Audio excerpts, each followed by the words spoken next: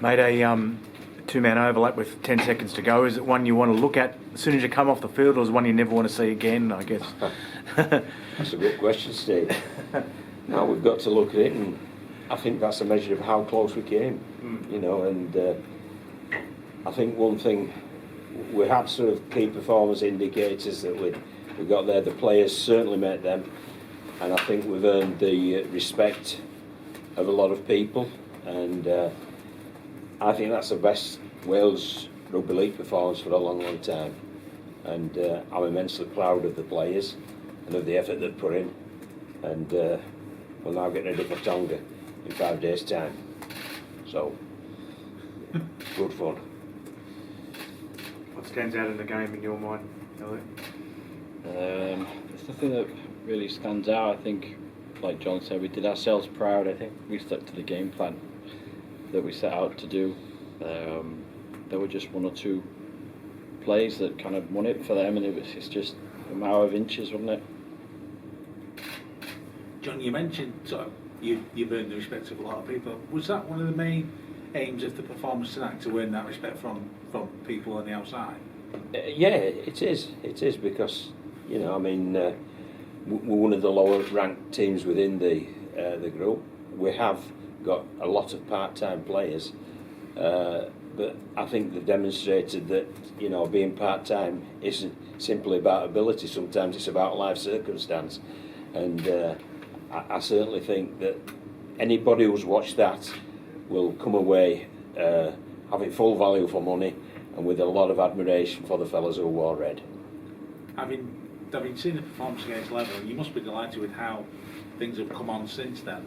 Yeah, I mean, we'd had, 2-3 years where we hadn't played a 13-a-side game, and what we've done with playing France in the mid-season internationals, then Lebanon, and they've improved every time. And as a coach, all you can ask your players to do is get better, and that's what they're doing. And you know, it's very rewarding in that. But obviously, it's difficult at this moment in time, because however many minutes ago it was that it's finished, and there's the emotion involved, and we're all tremendously disappointed, because we've done a lot of work for this, and it's disappointing to be so near, but so far. No, you've not got much time before you face Tonga either, have you? No. I mean, but we knew the schedule, and you know, there'll probably be an element of rotation, which there's got to be, because a lot of players emptied the tank out there, and obviously we picked up an injury to Ben Evans. I do apologise. Can't take you anyway. I know. Sorry. Do whatever. I've heard worse. Yeah. I do apologise. Sorry, guys. So, I forgot the question now. That'll talk me in 5 days' time. Yeah, I mean, obviously, what we're going to do now, we're going to rest and recover. There'll be a day off for the players, and then we'll come back in, and it'll be a very light week, because it can't be anything else. But if they invest the same amount of energy and effort against Tonga as well, I'll be very proud. But there's bound to be an element of rotation, because we've got some good players who haven't played tonight, and they'll be full of energy, and hopefully they'll be inspired by what they've seen tonight. You mentioned that Ben got an injury. Was it a blow to the throat? Yes, it was, yeah. Yeah, he's having difficulty at the minute. It's a bit like the Darren Lockyer, Dennis Betts one, you know, he's having difficulty speaking at the minute, and he was having difficulty breathing out on the field, so we had to bring him off. Elliot, you look pretty shattered, mate. What the last few seconds you maybe still going through in your head as you sit there? Can you share your thoughts with us a little bit? Yeah, I just kind of reiterate what John said. I think every player, like 1 to 17, give their all, and I couldn't have asked for any more. And we set out to kind of not be out enthused and put all our effort, you know, on the pitch, and no regrets. And I think we did that. Yeah, you can't say anything about the last play. You know, we tried to score, but we didn't. So, but yeah. You must have thought the charge down was a turning point. You know, you at least get a point out of the match when you. Yeah, but you know, Rob is a second rower. He's played 80 minutes. You should have finished it.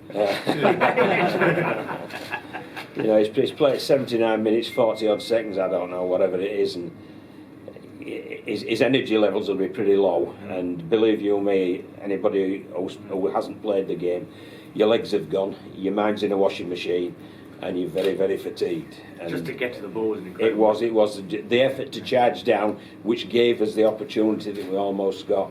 That needs applauding rather than looking on the other side, because you know, a second row forward, and you've got to realise he was in a foot race with the fullback, who obviously hasn't got the same physical demands that you have in the forward back. There was even an ankle tap in midfield with Yeah. a few minutes left, which was not mandatory, and it just showed the commitment of everyone. It did, yes, it did, and that's why I'm so proud of them. But we're disappointed because we've done a lot of work, and the work we've done in the build-up is just like they've done out there, and you know, pride comes through, but it's just disappointing as well, you know. John, just on to Tonga, is the important thing for the lads to perhaps not be defeated by reputations of the players that they're facing? Oh yeah, definitely. Yeah, I mean, you know, we enjoyed being the underdog. You know, we enjoyed what we were. The book is 11-2 or something, and you to put a shed load on to win anything like back on the opposition. Well, I'll tell you what, I don't think the Cook Islands felt it was as sure a thing as perhaps the bookies did, and perhaps you know, that'll be reflected next time. John, in terms of sort of team spirit and work ethic, how good is this council? Tremendous. Yeah, they always have been. I've not. I mean, I know Elliot's really disappointed at the minute and down because he's been out there and he's absolutely shattered. But whenever we've had a full season and we come together at the end of the season, it's absolutely fantastic. And I think we energise each other, we enjoy each other's company, and that's why the camps are so good. And you know, you've seen there, we're growing as a team. And 12 out of the 24 are Welsh born. You know, that's something to remember, because I don't think there's many other teams from a tier 2 nation who've got that. So that's something as well that I'm really pleased and proud about. Just in terms of the bigger picture, how good is it for the tournament? You know, for people to have seen it. Well, best 2 games have been the last two nights, haven't they? You know, that's the top and bottom of it. There's been a lot of one-sided scorelines previously, and I'm sure there will be, you know, in the future as well. But the last 2 games went right down to the wire. Tonga clinched it last night.